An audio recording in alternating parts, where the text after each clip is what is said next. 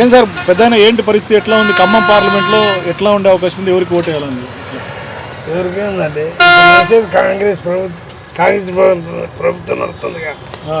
దీన్ని ఇక 4 రోజులు అయితే దీని గురించి చెప్తారు పబ్లిక్. మంచి నడుతుందని నడవట్లేదు. ఇప్పటికే దగ్గర పడుతుంది సంవత్సరం. అన్ని ఆలోచించి ఇక దానిపైన మనల్ని ఆలోచించారు. కానీ పార్లమెంట్లో ఎట్లా ఉండే అవకాశం ఉంది? ఖమ్మంలో పార్లమెంట్కి ఎట్లా ఉండే అవకాశం ఉంది? కాంగ్రెస్ వస్తుందండి. అంతేనా? మూమెంట్ అట్టుంది, పరిస్థితి అట్టుంది.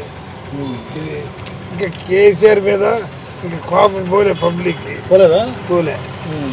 ఇక త్వరలో ఇక వస్తుంది, అది త్వరలో వస్తుంది. ఈ 5 సంవత్సరాల్లో మళ్ళా ప్రభుత్వం ఎట్టుంటుందో. కానీ ఇప్పుడైతే కాంగ్రెస్ మీద ఉంది అభిమానం, ప్రేమ అభిమానం. ఎన్నికలు ఎట్లా ఉంటుంది ఖమ్మంలో?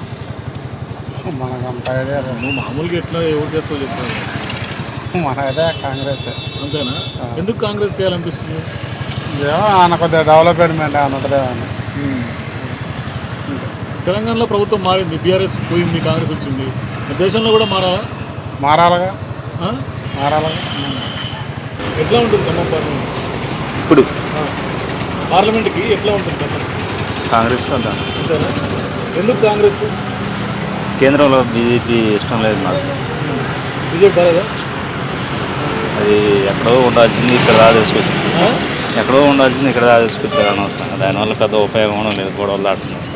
కాంగ్రెస్ వస్తే రాహుల్ గాంధీ ప్రధానమంత్రి కావాలంటే నాకు కోరిక. అంతేనా? అవుతాడు అనుకుంటున్నారా? ఖచ్చితంగా.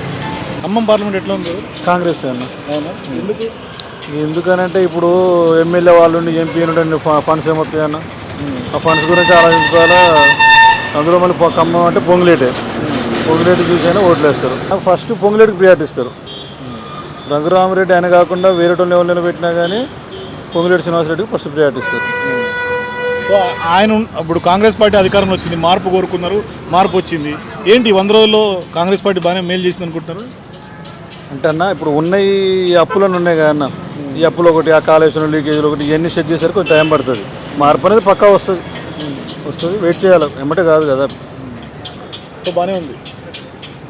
బాబాయ్ ఏంటి పరిస్థితి ఇప్పుడు ఖమ్మం పార్లమెంట్ పరిస్థితిలో, లేకుంటే తెలంగాణ వ్యాప్తంగా పార్లమెంట్ ఎన్నికలు ఎట్లా ఉంటాయి? కాంగ్రెస్ ఎక్కువ ఉంటుందండి. అంతేనా? ఎందుకు? అదే పోయినసారి మన టీఆర్ఎస్ వాళ్ళు ఎమ్మెల్యేలు భూ కబ్జాలు బాగా చేశారు, దానివల్ల జనానికి విరక్తి వచ్చేది. అవినీతి బాగున్నది. ఆ ఉద్యోగస్తులు కూడా బాగా లంచాలు తీసుకోవడం ఉన్నది. వాళ్ళ పార్టీ పరిపాలన వాళ్ళు ఒక ఎమ్మెల్యే యొక్క ఫీల్ అయ్యారు వాళ్ళు కూడా, అధికారులు.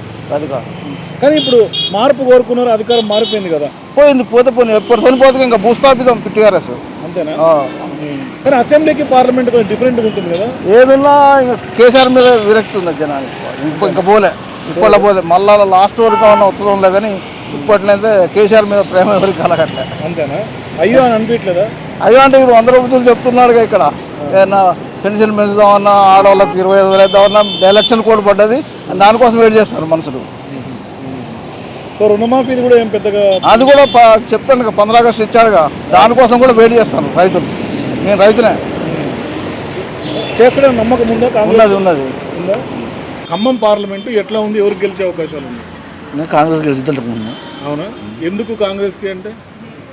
10 మంది ఎమ్మెల్యేలు ఉండరు కాబట్టి అభివృద్ధి చేస్తారని నమ్మకం. మరి దేశవ్యాప్తంగా అసెంబ్లీకి పార్లమెంట్కి వేరు ఉంటుంది కదా. ఏముంది ఇక్కడ ఖమ్మంలో ఏముండదు. ఉండదా? ఆ ఎఫెక్ట్ ఏమి ఉండదు. తెలంగాణలో ఎన్ని సీట్లు వస్తాయి అనుకుంటున్నారు కాంగ్రెస్కి? 13, 12 వస్తాయా? సో ఇప్పుడు కాంగ్రెస్ మీరు గెలిపిస్తే ఇక్కడ ఏం అభివృద్ధి కోరుకుంటున్నారు?